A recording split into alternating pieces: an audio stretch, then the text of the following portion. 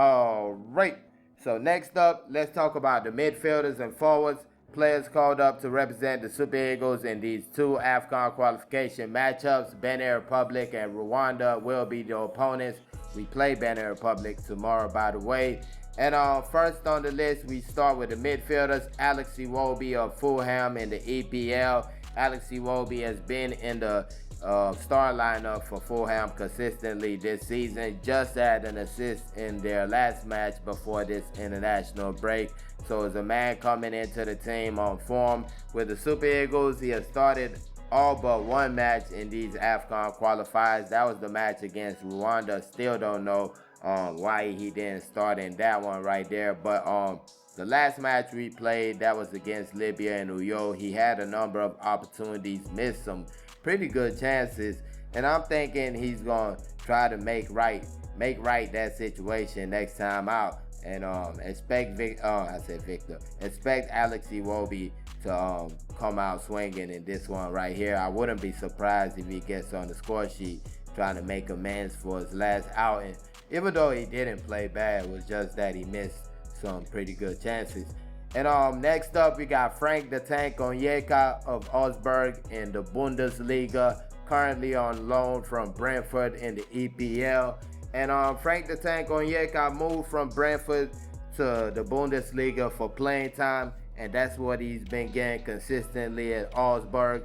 And with the Super Eagles, he started in the last match we played against Libya and Uyo. Kind of was a surprise though, but had a good performance in my opinion. One of the best in that midfield three right there. But Frank the Tank Onyeka, big strong midfielder, has goals in his locker, assists in his locker. Would like to see a little bit more of that with the Super Eagles, but definitely a quality player. And next up, you got Alassane Youssouf of New England Revolution in the MLS. Alassane Youssouf recently moved to the MLS from Belgium. I kind of felt like he should have stayed in Europe, but so far so good. He's been getting call-ups to the Super Eagles. His team has not played since October, middle of October kind of. Let me see the exact date. Okay, the 19th of October was the last match he played, actually against Inter Miami, Messi's club. Played 90 minutes in that one, got an assist. But I think his last game for the Super Eagles, probably a friendly, or you go back to the AFCON, definitely has played in a friendly, but the one I mainly remember was the AFCON semifinal against South Africa was his last game. Quality player. He's been getting call-ups even though he moved to the MLS, so definitely seems like the coach sees some in him. And let's see. I'm not sure if he's going to play in this first one, but I'm pretty sure if we get a win in that first matchup, the second matchup, he definitely should be getting an opportunity. But moving on, and next we got Wilfred Ndidi of Leicester City in the EPL. Wilfred Ndidi, one of the vice captains of the team with his club side. He has been getting some good playing time. The club has not been doing that well, although they just came in from the championship. So as long as they're not in relegation zone, that's not that bad. But Wilfred Ndidi this season in the EPL, 4 assists for Leicester City. That's pretty good right there. No goals yet. I feel like he has goals in his locker. Those will come this season, hopefully. But with the Super Eagles, one of the key men in the midfield for Augustin Eguavon's side, had an assist in the match against Benin Republic, the one to Victor Osimhen, pretty nice one. Definitely need to see more of that from Wilfred Ndidi in a Super Eagles shirt. And next up, you got Fisayo Dele Bashiru of Lazio in the Serie A, the Italian top flight. And this guy is just a top-class player in my opinion. With his club side, it's not been getting that much playing time. Let me keep it real. So in his team's last 10 Serie A matches, he has played a total of 19 minutes. That's 2 different appearances, one against AC Milan and lately one against Calgary. Then you go to the Europa League. He gets a little bit more time in the Europa League, but there are only so many games. They've only played 4 games in the Europa League. He's played in 3 of those, and to his credit, he has put up some good performances in those matches. 1 goal, 2 assists in the 3 matches he has played in the Europa League.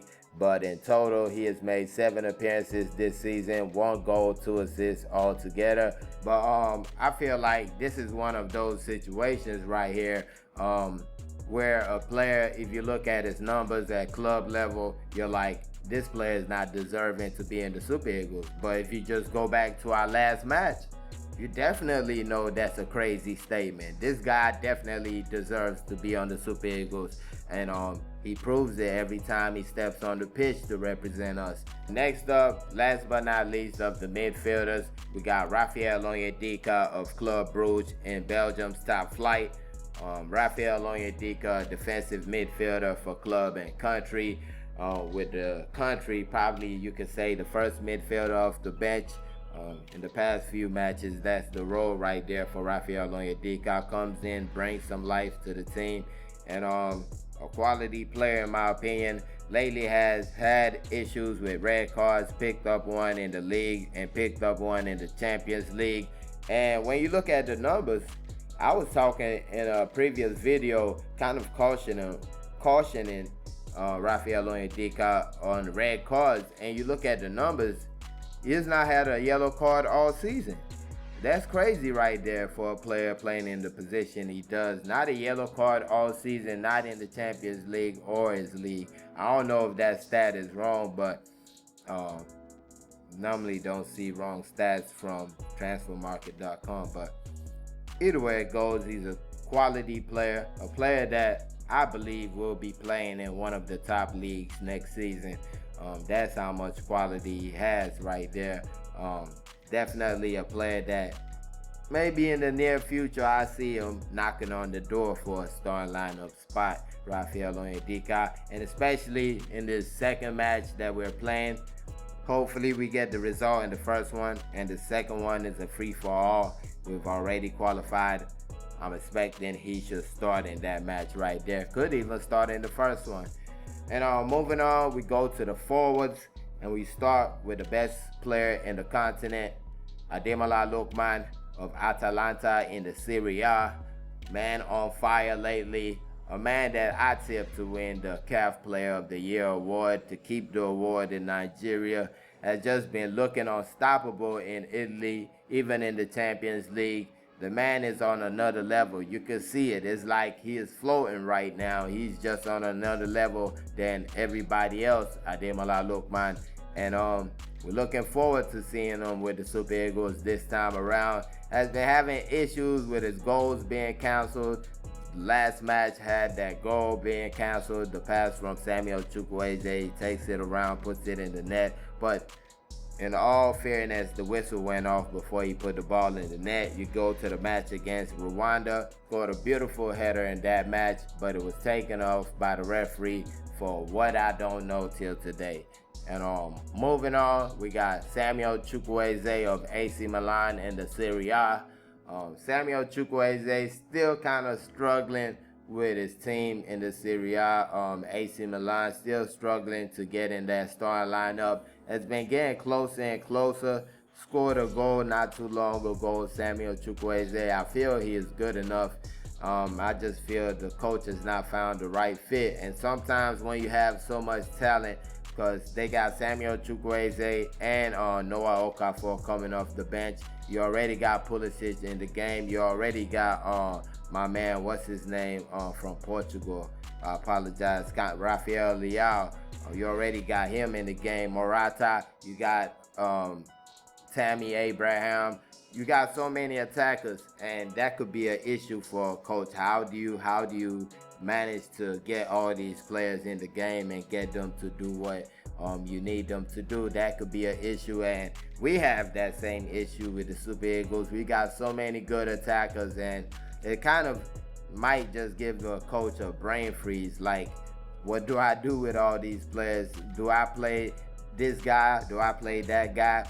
How long do I give this guy? How much of a leash do I give this guy? So I think that's what the issue Samuel Chukwueze is having at his club level. With the Super Eagles, I've seen the complaints, but we got to keep it real, y'all. You complain about Ademola Lookman's goal getting canceled, and you act like Who passed him that ball? That ball was beautiful. That was Samuel Chukwueze who did that. He has done things like that in a number of games. Beautiful assists he's been giving his teammates. Yes, he has a moment. He might have a good shot that it looks like a good shot, and he plays it wayward. That happens in football with everybody. I feel like the fans are kind of shortening the leash on Samuel Chukwueze, and it's kind of unfair because you look at every game he plays, he's decisive, he's making the right reads, and you know the numbers are just not showing it. But let's not act like we're not seeing what we're seeing now. Samuel Chukwueze has been good for the Super Eagles, and I don't see why there should be even a complaint about him being on this team. And speaking about complaints, a player that I definitely know nobody's complaining about, Victor Osimhen of Galatasaray in the Turkish Super League. Definitely perfect timing for Victor Osimhen to return back to the Super Eagles because he's a man on form right now, a man that touches anything and it turns into gold. Victor Osimhen, some beautiful goals, just scored against Tottenham in the Europa League, scored twice against them, came back to the Super League, scoring twice again in another match. So this is a guy that's feeling himself right now, and I don't think it's going to stop once he gets into the Super Eagles shirt. I think it's just going to continue. And going into these matches, I think we get the full return of Victor Osimhen. I think we're going to have him in the starting lineup for the first time in a while. Gotta remember, in the past few matches, he's been coming off the bench. The Benin Republic one where he scored the goal, Rwanda. Then he missed the 2 matches against Libya because he was hurt anyways.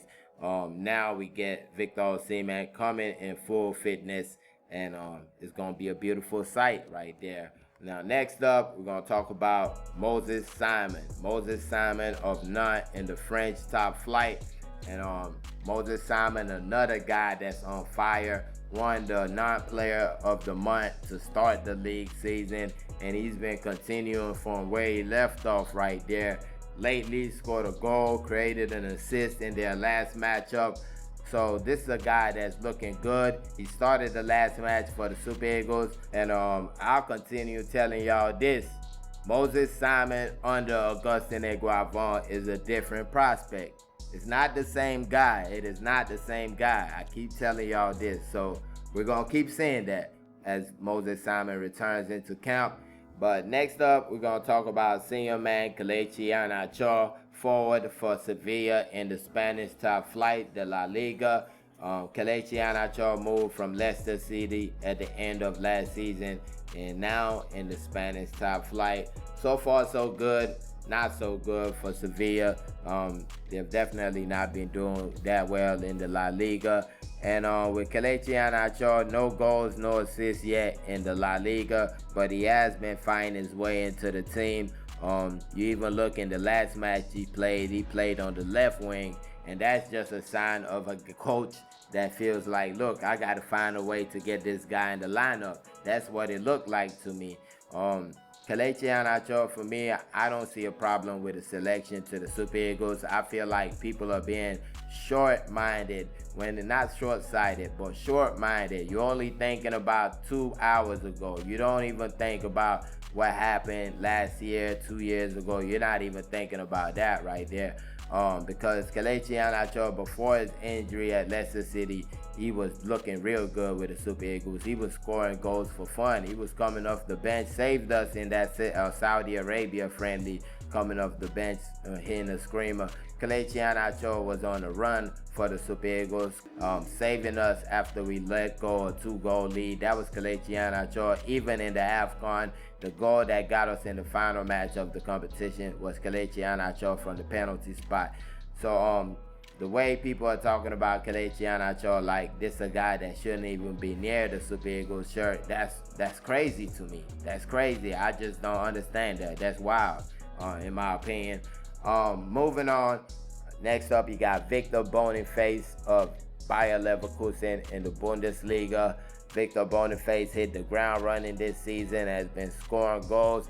Has had a couple of lull moments. The past couple of matches has not found the back of the net. Did have that accident that he suffered. Thank God for his life and that nothing happened to him health-wise. But that is a situation that could affect somebody mentally, but I'm not saying that's the reason why he didn't find the back of the net. I'm just saying though. But Victor Boniface, top class player, has not scored his first goal for the Super Eagles, which is kind of weird. And hopefully he does get it in this international break. I don't think him not scoring will stop him from being invited because he's just that good a player. But you'll always want to get your first goal for a team sooner than later. And hopefully Victor Boniface does it in this international break. Really good striker Victor Boniface is. And another striker, this one, a lot of complaints about Sadiq Umar of Real Sociedad in the La Liga, the Spanish top flight. A lot of complaints about Sadiq Umar being on the team, and mostly having to do with his numbers at Real Sociedad this season. So he has had 6 appearances in the league, only 2 of those being starts, no goals or assists yet in the league. Then in the Europa League, he has had 2 appearances. Both of them were starts though, actually played 90 minutes in one, had an assist in another matchup that he played in. So that's 8 appearances this season, 1 assist, 340 minutes played altogether. One thing I do want to talk about is Sadiq Umar's selection. I've seen a lot of comments talking about Sadiq Umar doesn't deserve to be on the team. Has not really shown that much when he has been called up. He's not playing that much for his club, not taking the world by storm, scoring goals and things like that. That right there is absolutely understandable. But when you go over that line and you start saying stuff like this player is only invited because he's from this region of the country, that's completely wrong. I can't stamp that. I can't stamp that because first of all, you're throwing out an accusation without proof. You don't have any proof. And this is not a simple accusation. I said this when people came out saying that about Franny Odega. That's ridiculous. You don't do that without evidence. This is a very serious accusation that you're putting on somebody. For you to say that he's getting invited because he has a godfather, and you're killing his career. Why? Why would you do that? And we claim we're all brothers, we all this, we all that, and you throwing that kind of stuff out there without a little small inch. If you could even just one drop of evidence that this is why this is happening, you don't have it. But you're here saying this kind of stuff about this man. This is a guy that was taking the world by storm not too long ago. Then he had a knee injury. He was at Girona. He moved to Real Sociedad. That was a big move. We all were proud of that move. And this man picked up a career-threatening injury, another career-threatening, because he has been injured like that in the past. Came back, has been trying his best to fight his way back into the lineup, and the coach decides to drop him a carrot, like, okay, take this, you're doing a little well, let me give you a little bit of a pat on the back with this call up. And people are saying he's getting called up because he's from a certain region or he has a godfather. Come on now, it's wrong. I understand frustrations. You want this player, that player, and I totally understand. You can voice those opinions. You can say you don't want this player in the team because of A, B, and C. Totally agreeable. But when you go that far, saying this player bribed this way, this player knows this, he knows, come on now. It's wrong. It's not right. I don't feel that's right. All those olden day accusations, this player's overage. You're killing these people. This is a new world we're living in. We're not living where we just discuss things between ourselves. When you put this thing out, it's going out. This is not just something, then next thing you know, we'll be blaming a white guy for saying it, saying, oh, it's racism. No, we're the ones who's starting all these crazy narratives right here. This is a crazy narrative. You can't start something like this without evidence. Once you have the evidence, you know it's Godfather, you prove it, fine, my hands are up. That's messed up. But without evidence, it's wrong. And that's why I had to take this little time to talk about it. And even if the coach wants to present the numbers, You look at Fasai Dele Bashiru, you look at Kelechi Iheanacho, Sadiq Umar. These players are all in the same bucket. So if he wants to go like, look, I'm only picking players who play, that would mean Fasai Dele Bashiru will get dropped. And I don't want that to happen. I don't think anybody wants that to happen. So let's keep it real here. It's not the craziest pickup in the world like people are trying to make it seem like. This guy plays in one of the best leagues in the world. He actually plays for his team. He's fighting his way into his team. The season just started. You never know what's going to happen next week. He can go on a run and score 10 goals this season. Any of these players can. These three players.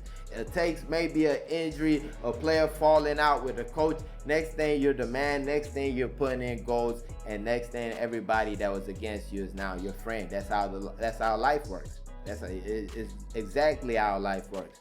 So like I said, you have your right to say any of these players that we're talking about don't deserve their spot on the team. I'm not saying don't say they shouldn't be. That's part of what keeps channels like this alive. When people get to voice their opinions and talk about stuff, discussions are what keeps football and sports alive.